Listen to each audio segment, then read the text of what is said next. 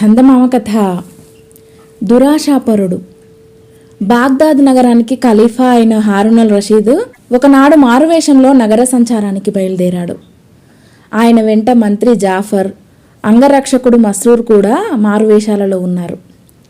ఆయన వీధులన్నీ తిరిగి టిగ్రిస్ నదిపై ఉండే రాతి వంతెన వద్దకు వచ్చేసరికి అక్కడ ఒక కళ్ళులేని ముసలి బిచ్చగాడు దారిన పోయేవారిని ధర్మం అడుగుతూ కనిపించాడు. ఖలీఫా ఆ ముసలివాణ్ణి చూసి జాలిపడి వాడి చేతిలో ఒక బంగారు దీనారం పెట్టాడు. వెంటనే ఆ గుడ్డివాడు ఖలీఫా చేయి గట్టిగా పట్టేసి, బాబూ, అల్లా మిమ్మల్ని అనుగ్రహిస్తాడు. మీరు మాత్రం నా గూబ మీద ఒక్క దెబ్బ వేసి మరీ వెళ్ళాలి. గుడ్డివాణ్ణని ఏమాత్రం సందేహించకండి అని ఆయన చెయ్యి వదిలిపెట్టి చొక్కా పట్టుకున్నాడు. అయ్యా, పెట్టిన చేత్తో కొట్టడం ఎలా? అందులోనూ నీ వంటి ముసలివాణ్ణి కొట్టితే అలా క్షమిస్తాడా అంటూ ఖలీఫా వాడి పట్టు తప్పించుకోవటానికి ప్రయత్నించాడు. కానీ గుడ్డివాడు ఆయనను పోనివ్వక, బాబూ, దెబ్బ తినకుండా నేను ధర్మం పుచ్చుకోలేను. నా సంగతి తెలిస్తే మీరు నా కోరికను తప్పక మన్నిస్తారు. దయచేసి ఒక్క దెబ్బ కొట్టి మరీ వెళ్ళండి అన్నాడు. దారిన పోయేవారంతా చూసి నవ్వుతారని ఖలీఫాకు బిడియం వేసింది. దెబ్బ కొడితే గాని ముసలివాడు వదిలేటట్టు లేడు. అందుచేత ఆయన ముసలివాడి గూబ మీద ఒక్క దెబ్బ కొట్టి ముందుకు సాగాడు. వెనుక నుంచి గుడ్డివాడు ఆయనను ఆశీర్వదిస్తూ ఉండటం వినవచ్చింది.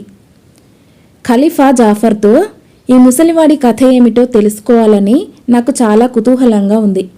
నువ్వు వెనక్కు వెళ్ళి రేపు మధ్యాహ్నం రాజభవనం వద్ద హాజరు కమ్మని నా ఆజ్ఞగా వాడితో చెప్పిరా అన్నాడు. జాఫర్ అలాగే చేశాడు. మర్నాడు మధ్యాహ్నం ప్రార్థనలు ముగిసినాక ఖలీఫా దివాన్లోకి రాగానే జాఫర్ ముసలి గుడ్డిబిచ్చగాన్ని ఖలీఫా సమక్షానికి పిలిపించాడు. ఖలీఫా ఆజ్ఞాపించిన మీదట ఆ బిచ్చగాడు తన కథను ఈ విధంగా చెప్పసాగాడు. నా పేరు బాబా అబ్దుల్లా. నేను చిన్నతనం నుంచి ఒంటెలు తోలుతూ బ్రతికాను. నేను చూపిన శ్రద్ధాశక్తుల ఫలితంగా 80 ఒంటెలను సంపాదించుకున్నాను. వాటిని వర్తకులకు, యాత్రికులకు అద్దెకిస్తూ ఏటా మంచి లాభాలు సంపాదిస్తూ వచ్చాను. ఇరాక్లో నాలాగా జీవించే వారందరికన్నా నేను ధనికుణ్ణి కావాలని కలలు కంటూ ఉండేవాణ్ణి. ఒకసారి నేను ఇండియాకు రవాణా అవుతున్న సరుకును బస్రా రేవుకు చేర్చటం జరిగింది. బస్రా నుంచి నేను ఖాళీ ఒంటెలతో తిరిగి వస్తూ ఒక నీటి తొట్టె వద్ద ఆగి ఒంటెలకు నీరు పెట్టి భోజనం చేయటానికి కూర్చున్నాను. ఆ సమయానికే ఒక ఫకీరు అక్కడికి వచ్చాడు. ఎడారి ఆచారం ప్రకారం మేము మా ఆహారాన్ని ఒకరితో ఒకరం పంచుకొని భోజనం చేసి అవి ఇవి మాట్లాడుకున్నాం. మాటల సందర్భంలో నేను ఆ ఫకీరుకు నేను కనే కలలను గురించి చెప్పాను. అతను నవ్వి, పిచ్చివాడా, అదృష్టం కలిసి వస్తే ఒక్క క్షణంలో నవనిధులు దొరికేటప్పుడు నీవు ధనం గురించి కలలు కనటం వేరే కాదా? భూమి లోపల పాతిపెట్టి ఉండే నిధులను గురించి నువ్వెప్పుడు వినలేదా? నేను నీకు తటస్థపడడం నీ అదృష్టం అనుకుంటాను. నా వెంటరా అన్నాడు. ఇంతకాలానికి నా అదృష్టం పండింది కాబోలుననుకుంటూ నేను ఫకీర్ వెంట బయలుదేరాను. 1 గంట కల్లా మేము సన్నని కనుమలో నుంచి ఒక లోయలోకి ప్రవేశించాం. ఆ లోయలో ఒక ఎత్తైన కొండ నిటారుగా ఉన్నది. ఇదే మన చోటు. నీ ఒంటెలన్నింటినీ పడుకోబెట్టు. వాటి మీద మనం ధనం మూటలు వేద్దాం అన్నాడు ఫకీరు. నేను ఒంటెలను అయత్తం చేసి తిరిగి వచ్చే లోపల ఫకీరు కొండ దిగువన చితుకులు పేర్చి మంట చేశాడు. ఆ మంటలో గుగ్గిలం చల్లుతూ నాకు అర్థం కాని మంత్రాలేవో చదివాడు. కొద్దిసేపటికల్లా గాలికి గుగ్గిలం పొగ విచ్చిపోయేసరికి కొండలో ఉన్న ఒక రాయి 2గా విచ్చిపోయి లోపల ఉన్న గుహ నాకు కనబడింది. ఆ గుహ నిండా బంగారు కాసులు, రత్నాల రాసులు ఉన్నాయి. నేను ఆత్రంగా బంగారు కాసులపైన పడి 2 చేతుల వాటిని తీసుకుని నా వెంట తెచ్చిన సంచిలో పోసుకోసాగాను. ఇది చూసి ఫకీరు, పేదవాడా, నీ ఒంటెలు బంగారం ఎంతని మోస్తాయి? ఆ వెనుక ఉన్న రత్నరాసులు చూడు. అవి బంగారం కన్నా 100 ఇంతలు బరువు తక్కువ, 1000 ఇంతలు విలువ ఎక్కువ. అందుచేత నీ ఒంటెల మీద వాటిని ఎక్కించుకో అన్నాడు. అది నిజమేనని ఒప్పుకొని నేను సంచుల నిండా రత్నాలు పోసుకొని ఒంటెలపై వేయసాగాను. నేను ఈ పని చేస్తున్నంతసేపు ఫకీరు ఒక పక్కగా నిలబడి నాకేసి చిరునవ్వుతో చూస్తూ ఉన్నాడు. నా పని పూర్తి కాగానే అతడు, ఇక మనం ఈ గుహ మూసి వెళ్ళిపోవచ్చు అంటూ అక్కడ ఉన్న ఒక బంగారు జాడీలో చెయ్యి పెట్టి చిన్న భరిణె ఒకటి తీసుకున్నాడు. నా దగ్గర 80,000 ఒంటెలుంటే ఎంత బాగుండేది, 80 ఉండిపోయాయే అని విచారిస్తూ ఫకీరు ఆ బరిణెను తన చొక్కా లోపల దాచటం గమనించి ప్రశ్నార్థకంగా చూశాను. ఇందులో కంటికి రాసుకునే అంజనం తప్ప మరేమీ లేదు అన్నాడు ఫకీరు. జాడీలో నుంచి నేను కూడా ఒక బరిణ తీసుకోవటానికి ప్రయత్నించబోతుంటే అతను నన్ను వారించి, ఇవాళకి తీసుకున్నది చాలు అన్నాడు. మేము బయటికి వచ్చాక ఫకీరు ఏదో మంత్రం చదివాడు. రాయి ఎప్పటిలాగా మూసుకుపోయింది. అతుకు కూడా ఏమాత్రం తెలియరాలేదు. మనం బయలుదేరిన చోటికి తిరిగి వెళ్ళగానే ఈ రత్నరాసులను చెరిసగం పంచుకుందాం అన్నాడు ఫకీరు. ఇద్దరము తిరిగి వచ్చేటప్పుడు నేను ఆలోచించగా అతనికి సగం సొత్తు ఇవ్వటం అనవసరమని తోచింది. ఎందుకంటే నా ఒంటెలు లేకపోతే అతనికి రత్నాలను తెచ్చుకునే మార్గం లేదు. అదీగాక నేను వెంట ఉంటేనే తప్ప ఆ గుహ తెరుచుకోదేమో. నేనే శ్రమపడి ఈ సంచులన్నీ ఒంటెలపైకి ఎత్తాను. అతను నిలబడి చిరునవ్వు నవ్వటం తప్ప ఏమీ శ్రమపడలేదు. మేము బయలుదేరిన చోటు చేరుకోగానే, అయ్యా ఫకీరు, సన్యాసిలాగా తిరిగే నీకు 40 ఒంటెల బరువు రత్నాలు దేనికి? అవి ఉన్న చోటు చూపించినందుకు నీకు అంత వాటా ఇవ్వాలా అన్నాను. నా మాటకు ఫకీరు ఆగ్రహించక, పిచ్చివాడా, నేను దీన్ని బీదసాదలకు పంచుతాను, లేకపోతే నాకు ఈ ధనం దేనికి? నీకు ఒకటి తెలియదల్లే ఉంది. ఒక్కొక్క ఒంటె పైన ఒక మహారాజు విలువ చేసే రత్నాలున్నాయి. 40 ఒంటెలు వెంట పెట్టుకుపోయినా బాగ్దాదులో నీకన్నా ధనికుడుండడు. అందుచేత అనవసరంగా దురాశపడకు అన్నాడు. ఆ మాట నిజమేనని తెలిసి కూడా నేను అందుకు చెప్పలేదు. కానీ ఒంటెలను తోలటం చాలా గడ్డు పని. అలవాటు లేనివాడివి 40 ఒంటెలను నడపలేవు. అవన్నీ నీకు దక్కవని చెప్పాను. అదీగాక నీకు ఈ గుహ తెలుసు గనుక ఎప్పుడు కావలిస్తే అప్పుడు మళ్ళీ వచ్చి రత్నాలు తీసుకుపోవచ్చు. కొద్ది ఒంటెలనే తీసుకుపోవటం మంచిది అన్నాను. అది నిజమే, నాకు 20 ఒంటెలను మాత్రం ఇవ్వు అన్నాడు ఫకీరు. అతను అంత సులువుగా నా మాట విన్నందుకు సంతోషించి అతనికి 20 ఒంటెలు ఇచ్చాను. అతను బస్రా దారి పట్టాడు, నేను బాగ్దాదు దారి పట్టాను. కానీ కొంత దూరం వెళ్ళానో లేదో దురాశ నన్ను తినివేయసాగింది.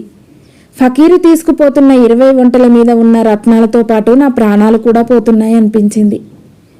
నేను నా ఒంటెలను ఆపి ఫకీరుని ఎలుగెత్తి పిలుస్తూ వెనక్కి పరిగెత్తాను. ఫకీరు నా కేకలు విని ఆగాడు. నేను ఫకీరుకు ఏవేవో కారణాలు చెప్పి బ్రతిమాలి కంటనీరు పెట్టుకొని ఆ 20 ఒంటెలను కూడా నాకే ఇవ్వటానికి ఒప్పించాను. తర్వాత నేను అతన్ని కౌగిలించుకొని సెలవు అడిగాను. తమ్ముడు, అల్లా అనుగ్రహించి ఇచ్చిన ఈ ధనాన్ని వివేకంతో ఖర్చు చెయ్యి, నన్ను మరచిపోకు అన్నాడు ఫకీరు. అప్పటికైనా నేను వెళ్ళిపోతే ఎంత బాగుండేది. కానీ నాకు ఆ రోజు మంచిది కాదు. ఆ ఫకీరు తన చొక్కాలో దాచుకున్న బరిన నాకు జ్ఞాపకం వచ్చింది. అది కూడా తీసుకుంటే గాని నా అదృష్టం పూర్తి కాదనిపించింది. అందులో ఈ రత్నాలన్నింటికన్నా విలువైనదేదో ఉండాలి. లేకపోతే ఆ ఫకీరు ఆ బరిన ఉంచుకుని రత్నాలన్నింటినీ నాకు అంత సులువుగా ఇచ్చి ఉండడు. అన్నా, ఒకటి చెప్పు, ఆ అంజనంతో ఏం చేస్తావు? నీ జ్ఞాపకార్థం ఆ బరిన నాకు ఇవ్వరాదా అన్నాను.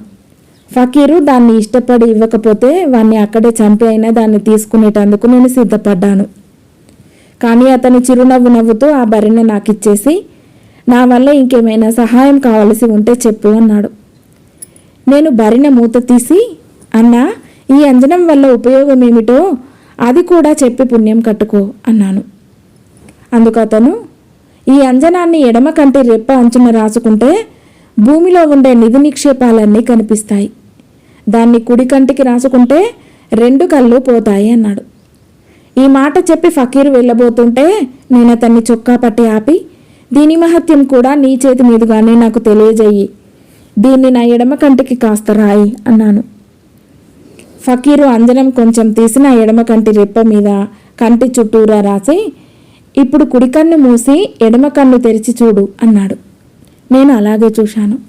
నా ఎడమ కంటికి ఎదురుగా ఉండే దృశ్యం కనపడటానికి బదులు భూమిలో, కొండలలో, పెద్ద పెద్ద చెట్ల కింద, సముద్రం అడుగున ఉండే నిధి నిక్షేపాలు కనిపించాయి. గనులలో ఉండే వెండి బంగారాలు, రత్నమాణిక్యాలు కనిపించాయి. చివరకు కుడి కన్ను తెరిచాను. అప్పుడు కానీ నాకు మామూలు దృష్టి తిరిగి రాలేదు. ఆ అంజనం ప్రభావం చూశాక దాన్ని గురించి ఫకీరు చెప్పిన రెండో విషయం నాకు అనుమానాస్పదంగా తోచింది. ఒక కంటికి పూసుకుంటే ఇంత అద్భుతమైన దృష్టి ఇచ్చే అంజనం రెండో కంటికి పూసుకుంటే 2 కళ్ళు పోగొట్టుతుందని నేను నమ్మలేకపోయాను. నేను కుడి కంటికి ఆ అంజనం పూసుకోకుండా చేయటానికే ఫకీరు అలా చెప్పి ఉంటాడని అనుమానించాను. అన్నా, ఈ అంజనాన్ని నా కుడి కంటికి కూడా రాయి.